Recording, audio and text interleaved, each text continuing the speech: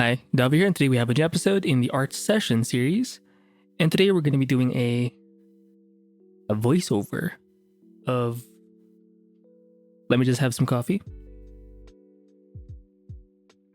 Some Copico Blanca, the best coffee ever.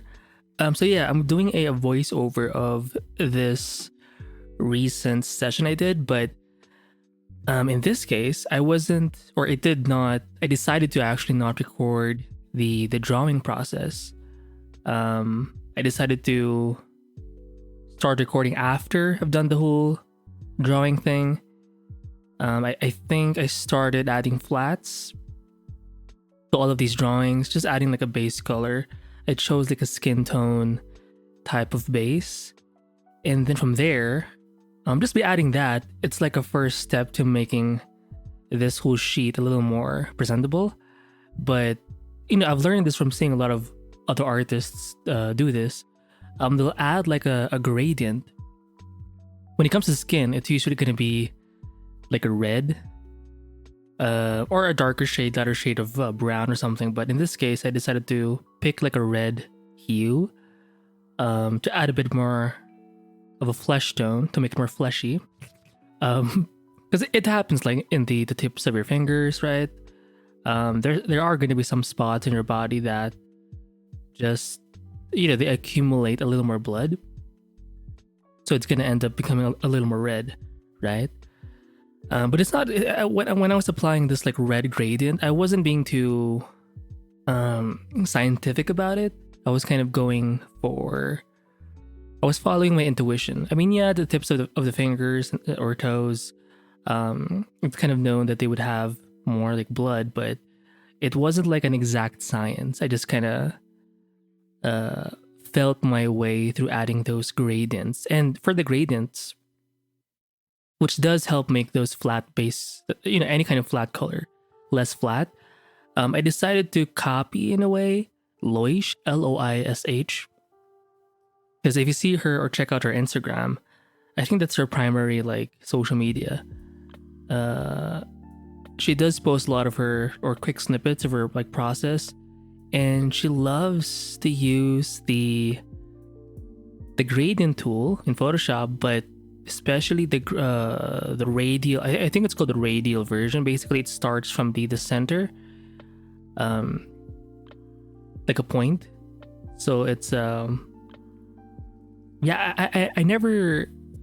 It was I think it was her who introduced that sort of concept to me, because I always thought the gradient tool was like a one-way kind of thing where it would just go like on one direction. But in this case, using the radial version, I think it's called the radial version. It just starts from the center, which I think is a lot more in a way fluid.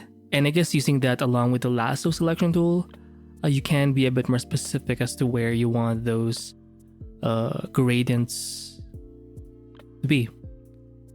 Right? Hopefully you're getting hopefully you're getting it.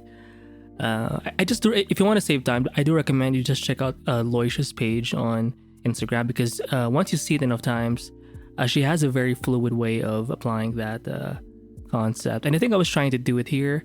And since I'm not very used to, because I'll be honest, I haven't been drawing or painting as consistently, just for me, as I want to, even though that's one of my big goals for this year. I have to, it's kind of a not an on and off thing. Like I decide to do something, I drop off, and then I have to do it again or restart the whole process again. So this is kind of a way for me to, or this whole session for me was doing just that, getting back into the groove of things. And I think what helped me was just a drawing without having it recorded. And I think that's something that I really need, because I think whenever I hit record, I'm always thinking of the content, of how it's going to end up on YouTube. And I think that's why I've been a little bit detached with my own personal like artistic process, is because I'm always thinking of the content. And it's kind of a difficult thing to separate, I guess, when you're kind of doing both. So I guess I'm trying to find a balance, I guess, where I can do content, but at the same time, actually make sure my own artistic sort of process journey is taken care of. So yeah. Anyway, so after adding those gradients, I decided to add some shadows, right? So there are 3 things I changed or added to this like set of drawings: the flat base, the gradients, and then I ended up, the last step is adding the shadows.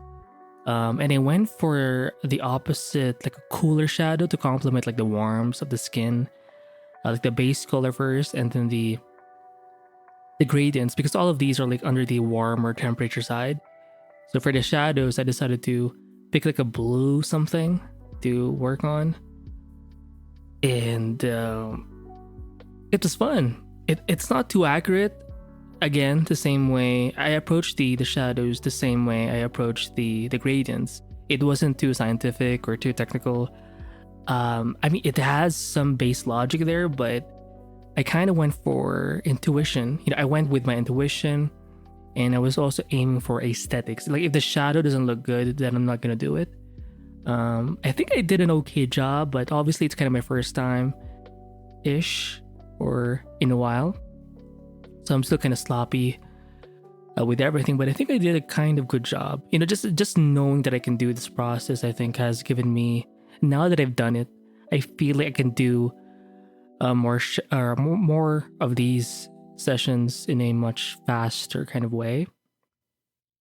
Or if not faster, I'm going to be more comfortable just because I already have this whole thing kind of done. So it's not going to be a new thing to me. So I do recommend, if you're kind of struggling with your own art process, maybe don't record, especially if you're doing content. Try to keep if you're going to record something, maybe try recording the coloring process or the rendering process, where you can kind of shut off your thinking a bit, right? Because, you know, I've seen other artists do that on YouTube too, or even on Instagram, Twitter. They'll start the recording when they have to like add the flats, the colors, or whenever they have to paint over a drawing. But the actual drawing process, for some artists, they kind of keep it to themselves. And maybe that's how they, if that works for them, then that works for them. I think for me, and now that I've done it, I think I may be one of those types of people. I think I can do a little better when I have the drawing sort of time just set for me, and then once I'm satisfied with the drawings I've done, then I can, set up my screen recording software and just record away and draw away or paint away, right? So this could be something you could try out. Just save some time for yourself and figure things out on your. When I was drawing these, like, by the way, all of these were done via imagination. I was trying to I'm trying to get used to this idea of just drawing without thinking too much. And I want to build that habit. So I decided to just draw immediately without having to think about, the references and stuff like that. And I think I did an okay job. It looks mostly okay. I'm not trying to go for something that's super technical or scientific. For as long as the idea is kind of there, that's kind of okay for me. And I'm very satisfied that I was able to produce like a solid sheet of drawings. For some of you, this could be like nothing, but for me, it's like a big thing. Like, finally, I have some time to just doodle. I mean, for this whole sheet, I think I was just focusing on like hands and feet, maybe. One of the two hardest things, some argue, to draw in regards to like human anatomy, but it's kind of fun, right? So cool session overall, cool session. I think I'm gonna try doing this more just because it works.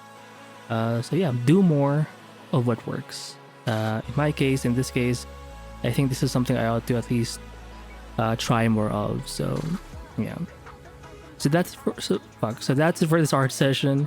Hopefully you enjoyed, and yeah, I'll see you in the next episode. Bye.